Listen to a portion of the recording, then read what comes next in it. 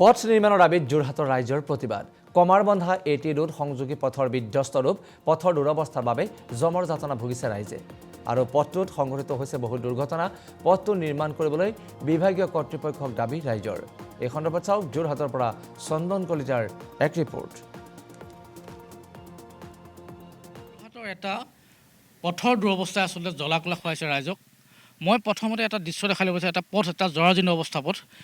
প্ৰায় ২৫টা বছৰ এই পথৰ আচলতে কোনো মেৰামতি নহ'ল আৰু এই পথৰ অৱস্থা ইতিমধ্যে ৰাইজক জ্বলা-কলা খুৱাইছে, জমৰ যন্ত্ৰণাত ভুগিছে এই অঞ্চলৰ ৰাইজ। আচলতে এইটো হৈছে এটা ফুকনালী এটা পথ, আচলতে কমাৰবন্ধা আলি আৰু যি এটি ৰোড আছে, পকামুৰা হৈ যি এটি ৰোড আছে, এইটোৰ এটা সংযোগী পথ ফুকনালী পথ। এই ফুকনালী পথটো আচলতে প্ৰায় ২৫ বছৰে আচলতে নিৰ্মাণ হোৱা নাই, আৰু যাৰ বাবে অতি যন্ত্ৰণা ভুগি আছে এই ৰাইজসকলে। আচলতে ইতিমধ্যে সকলো ৰাইজ এই পথৰ যি দুৰৱস্থা, এই পথৰ দুৰৱস্থাৰ বাবে সকলো ৰাইজ, ইতিমধ্যে স্থানীয় ৰাইজসকল আচলতে তেওঁলোক ওলাই আহিছে। এই ৰাস্তাটোৱে আচলতে কোনো যাতায়াতৰ যিটো সুচল ব্যৱস্থা, এই সুচল ব্যৱস্থা হোৱা নাই। এই যাতায়াতৰ কোনো ব্যৱস্থা নাই, আচলতে কোনো ৰাস্তাটো ভাল ধৰণে আচলতে স্কুলৰ ছাত্ৰ ছাত্ৰী বা বিভিন্ন ধৰণে অহা যোৱা কৰি এই পথেৰে আচলতে কোনো এটা সুবিধা নাই। আচলতে ২৫ বছৰ আচলতে এই ৰাস্তাটো যেতিয়া নিৰ্মাণ কৰিছিলে, সেই সময়ত আচলতে প্ৰয়াত মুখ্যমন্ত্ৰী তৰুণ গগৈ দিনতে আচলতে নিৰ্মাণ কৰিছিল। তাৰপিছতে সমষ্টিত আছিলে দেৰগাঁৱত সমষ্টিত পৰিছিলে, দেৰগাঁও সমষ্টি ভৱেন ভৰালী তেতিয়া বিধায়ক আছিলে। সেই বিধায়কৰ দিনতে আচলতে এই ৰাস্তাত কোনো চকু নপৰিলে। বিধায়কৰ যি স্থানীয় ৰাইজ আছে, স্থানীয় ৰাইজসকল ইতিমধ্যে তেওঁলোকে এটা যন্ত্ৰণাত ভুগি আছে ৰাস্তাটোলৈ। মই স্থানীয় ৰাইজ আছে, আচলতে কেনেধৰণৰ সমস্যা এইটো ৰাস্তাটোত? যোৱা ২০০৭ চনতে আৰম্ভণি কৰা এই ৰাস্তাটো আজি কিমান বছৰ হ'ল আপোনালোকে ভাবক। আজিলৈকে ৰাস্তাটো ৰিপেয়াৰিং নাহিলে, আৰু এটা বিয়াগুম বিভাগ আছে PWD বিভাগ বুলি, তেওঁলোকে চকুমুটা কুলি ভাওদৈ অকল অফিচত বহি চাই আছে। আমাৰ জনসাধাৰণে দুৰ্ভোগ ভুগি আহিছে। আপোনালোকে মন কৰক কিমান দিন এনেকৈ আমি অহা যোৱা কৰি আছোঁ। সেইকাৰণে আমি সকলোৱে দাবী জনাইছোঁ চৰকাৰৰ ওচৰত। ইমান বিয়াগুম এখন চৰকাৰ থাকোঁতে উন্নয়নৰ ঢোকঢাল বজাই আছে, তেওঁলোকে এই ৰাস্তাটো সোনকালে মেৰামতি কৰি আমাৰ সকলোৱে পথৰ সুগম ব্যৱস্থা কৰিবলৈ অনুৰোধ জনাইছোঁ। এতিয়া ভৱেন ভৰালী সেই সময়ত আছিলে বিধায়ক আছিলে, দেৰগাঁও সমষ্টি পৰিছিল। তেতিয়া সেইজন বিধায়কে আচলতে পথৰ কাৰণে কোনো ব্যৱস্থা গ্ৰহণ নকৰিলে। আমি ভৱেন ভৰালীক ব্যক্তিগতভাৱেও লগ কৰি তেওঁক জনাইছিলোঁ যে ৰাস্তাটো আৰু আমাৰ এই অঞ্চলটোৰ যিমান সমস্যা আছে আপুনি সমাধান কৰক, কিন্তু তেওঁ মানে একো এইফালে মনেই নকৰিলে। তেওঁ দেৰগাঁও সমষ্টি নতুনকৈ সমষ্টি নিৰ্ধাৰণ হোৱাত তেওঁ তালৈ গুচি গ'ল। সেইকাৰণে আমাৰ এইফালে কাম একো নকৰি আমি তেওঁক জনপ্ৰতিনিধি নিৰ্বাচিত কৰিলে ঠিকেই আছে, কিন্তু একো তেওঁৰ পৰা আমি নাপালোঁ ৰাইজে।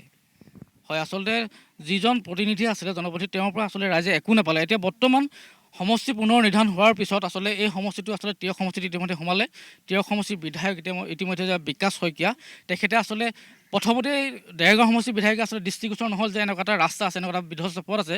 এতিয়া নতুন সমষ্টিৰ বিধায়ক যিজন বিকাশ শইকীয়া আচলতে দৃষ্টিগোচৰ হ'ব নাই, আচলতে ডাঙৰ এটা প্ৰশ্ন। মোৰ সকল কেইবাগৰাকী মহিলা আছে, কি ক'ব বাইদেউ? ৰাস্তাটো সাংঘাতিক ধৰণে এটা সমস্যা ভুগি আছে বুলি। আমি বহুত দিনৰ পৰাই মানে ৰাস্তাৰ এনেকুৱা হেৰিয়ত ভুগিছোঁ। আমাক ৰাস্তাটো ভাল কৰি দিব লাগে। আমাৰ বহুত কষ্ট হৈছে, মানে অহা যোৱা কৰাৰ কাৰণেও ধৰক ল'ৰা ছোৱালী স্কুল অনা নিয়াৰ কাৰণেও কষ্ট হৈছে, চাকৰিয়াল মানুহৰো মানে কষ্ট হৈছে।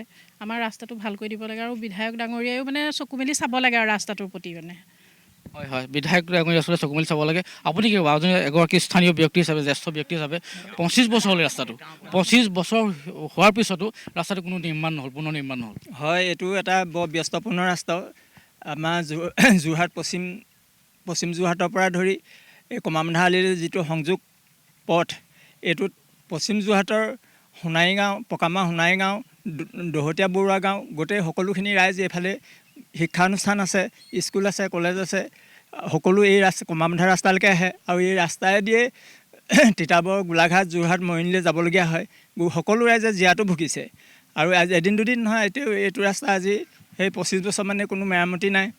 গতিকে আমি এতিয়া এই ৰাইজে চৰকাৰৰ মাননীয় মুখ্যমন্ত্ৰী মহোদয়কে আৰু এই তিয়ক সমষ্টিৰ নৱনিৰ্বাচিত বিধায়ক বিকাশ শইকীয়াদেৱক আমি দৃষ্টিগোচৰ কৰিছোঁ।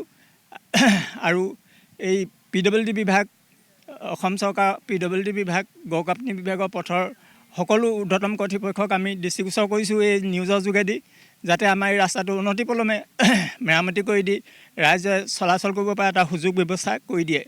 এয়া আমাৰ দাবী ৰাইজৰ ২ নং চাৰিবেৰী গাঁও। নিশ্চয় আচলতে ৰাইজে এনেকৈ দাবী জনাইছে। আচলতে এটা কথা ক'ব লাগিব যে এই ৰাস্তাটো আচলতে পুনৰ্নিৰ্মাণৰ কাৰণে বিভিন্ন ধৰণৰ আচলতে চৰকাৰকে হওক বা বিধায়কে হওক তেওঁলোকে আচলতে প্ৰতিবাদ কৰি আহিছিলে বা নিবেদন কৰিছিলে। তাৰ পিছতো কিন্তু আজি পৰ্যন্ত এই ৰাস্তাটো কোনো সুব্যৱস্থা নকৰিলে। আৰু এগৰাকী বাইদেউ আছে। বাইদেউ, কেনেকুৱা ধৰণৰ আপোনালোকৰ সমস্যা? বিভিন্ন ধৰণৰ স্কুলৰ ছাত্ৰ ছাত্ৰী হওক বা ৰোগীয়ে হওক যাবলৈ বিভিন্ন ধৰণৰ অসুবিধা হয়। আমাৰ ইয়াত এতিয়া ধৰি লওক অহা যোৱা কৰিবলৈ স্কুলীয়া ল'ৰা ছোৱালী বা আমাৰ গাঁৱৰ যিসকল ৰাইজ বা অন্যান্য অহা যোৱা কৰা এইটো ৰাস্তা আমাৰ ফুকন তিনিআলি বুলিয়ে কয়। আৰু চাৰিঙীয়া আলিমূৰৰ পৰা ধৰি লওক এইটো KB ৰোডলৈকে সংযোগী পথ। আৰু এইটো আমি শুনিছোঁহে বাইপাছ বুলি, এইটো গোলাঘাট তিতাবৰ এনেকৈ যায় বুলি আমি গম পাইছোঁ। কিন্তু তথাপিও আজি ইমান দিন হ'ল এই ৰাস্তাটো মানে জৰাজীৰ্ণ অৱস্থা হৈ গৈছে, মেৰামতি কৰা নাই। আৰু এই ৰাস্তাটো মুখ্যমন্ত্ৰী ডাঙৰীয়াক আমি এই চেনেলৰ যোগে জনাওঁ যে আমাক ৰাস্তাটো অনতিপলমে অকণ ভাল কৰি দিয়ে, নিৰ্মাণ কৰি দিব লাগে।